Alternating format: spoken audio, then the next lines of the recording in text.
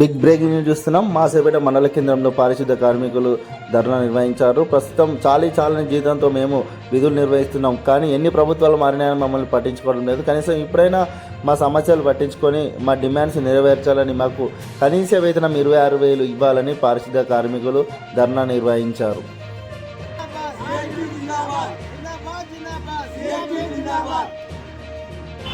మండలము గ్రామ పంచాయతీలము మేము అన్ని మాట్లాడుకుంటే మేమనగా మాకు జీతాలు సరిపోతలేవు. మీ జీతాలు జీతాలు సరిపోతలేవు మాకు. ఎందుకంటే ఈ సియాట్ మేము 15 ఏళ్ళ కూడా పనిచేస్తున్నాము.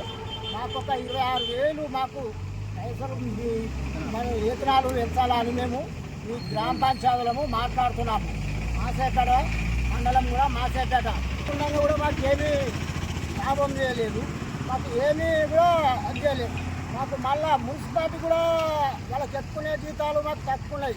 మేము కూడా కరెక్ట్ చేస్తలేమో వాళ్ళ లెక్క. ఎవరైనా ఇని మాకు కలెక్టర్ తానికి పోయినాము, ఏది మాకు ఫలితం లేదు. ఎవరాతానికి పోయినా ఏం ఫలితం లేదు.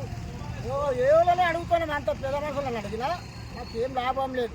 ఆ మున్సిపాలిటీగా ఏం చేస్తారు, మేమేం పని చేస్తున్నాము. మీరు దీన్ని వెంటనే మాది మాట అందుకొని మీరు వెంటనే మాకు ఏదో చెల్లించాలని మేము అందరము ఒక గ్రామ పంచాయతీలో మాట్లాడుతున్నాము. మేము పొద్దున 5 గంటలు వేసి 5 గంటల దాకా పనులు చేస్తున్నాము. మేము ఒక నెల బంద్ చేసినాం అనుకో, ఊరంతా కంపెనీస్తా సార్.